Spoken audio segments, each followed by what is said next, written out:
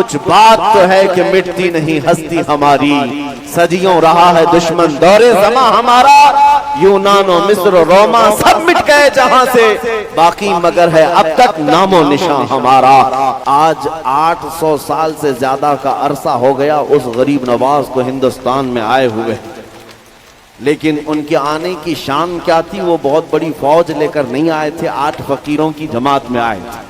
جب شہاب الدین غوری شکست کھا کر جا رہا تھا، اس وقت غریب نواز سے اس کے کسی فوجی نے پوچھا تھا بابا کدھر جا رہے ہو؟ غریب نواز نے کہا تھا ہندوستان فتح کرنے جا رہا ہوں۔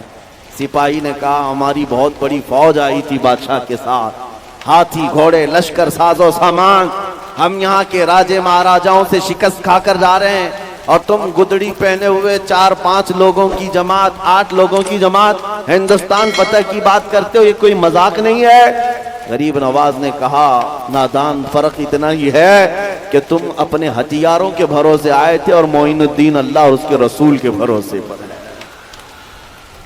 یہ طاقت ہے، یہ قوت کا نام ہے، جس سینے میں نبی کریم صلی اللہ تعالی علیہ وسلم کی وفا بھری ہوئی ہو، وہ پھر بے خوف جیتا ہے، بے خوف جیتا ہے، اور پھر بے خوف ہو کر بریلی سے آواز آتی ہے خوف نہ رکھ رضا ذرا، تو ہے عبد مصطفیٰ، تیرے لیے امان ہے، تیرے لیے امان ہے۔ آج ڈر کس بات کا؟ ڈر کس بات کا؟ ہم اس قوم کے وارث ہیں جو 313 بھی تھے تو پوری دنیا ان سے خوف زدہ تھی، تھراتے تھے۔ قیصر و کسریٰ ان کی نیندیں حرام کر رکھی تھی عمر ابن خطاب رضی اللہ تعالیٰ عنہ کی فوج نے۔ ان کے پاس کون سی ایسی طاقت تھی آپ کو پتا ہے؟ عروہ بن مسعود ثقفی ایک قاصد مکہ والوں کی طرف سے آیا، مکہ والوں نے کہا تھا جاؤ محمد کے ساتھیوں کے ہتھیار دیکھ کر کے آؤ، وہ بڑی بڑی طاقتوں کو چیلنج کر رہے ہیں، کتنی طاقت جمع کر لی۔ قاصد آیا تھا دیکھنے کے لیے، اور جس وقت آیا نبی کریم صلی اللہ تعالیٰ علیہ وسلم کے ارد گرد صحابہ تھے، مغرب کی اذان ہو چکی تھی، حضور مغرب کی تیاری کر رہے تھے اور وضو فرما رہے تھے، صحابہ اطراف میں جمع ہو کر کھڑے تھے۔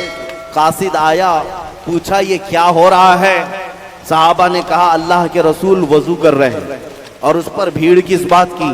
وہ قاصد بھیڑ کو چیرتے ہوئے جا کر دیکھا نبی کریم صلی اللہ تعالیٰ علیہ وسلم جب وضو کر رہے ہیں، صحابہ اپنے دامن کو حضور کے آگے پھیلا دیتے ہیں، حضور کلی کریں تو وہ اپنے دامن میں لے لیں، حضور اپنا چہرہ دھوئیں تو اپنے ہاتھوں پر لے کر اپنے چہرے کو مل لیں، یہاں تک کہ نبی کریم صلی اللہ تعالیٰ علیہ وسلم کے وضو کا ایک قطرہ بھی صحابہ زمین پر گرنے نہیں دیتے، پانی اٹھا لیتے ہیں، کوئی زبان پر لگاتا ہے، کوئی چہرے پر اور کوئی بدن پر لگا لیتا ہے۔ عروہ بن مسعود ثقفی یہ منظر دیکھ کر حیران رہ گیا، واپس آیا اور اپنے گرو گھنٹالوں سے کہا محمد اور ان کے ساتھیوں سے لڑنے کا ارادہ چھوڑ دو۔ پوچھا کیا انہوں نے بہت بڑی طاقت جمع کر رکھی ہے؟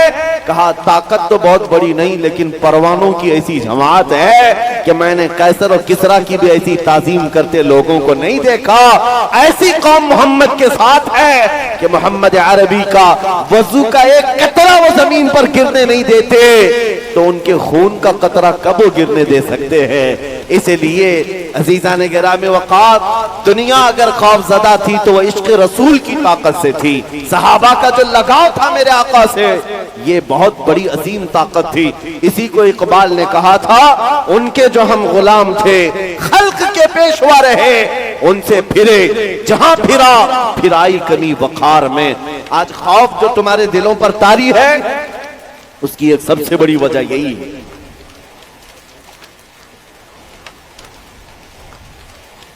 حضور اکرم صلی اللہ تعالی علیہ وسلم سے دوری یہ ایک ایسی ذلت کی بات ہے میرے عزیزوں، پھر آدمی در در کی ٹھوکروں پر مجبور ہو جاتا ہے۔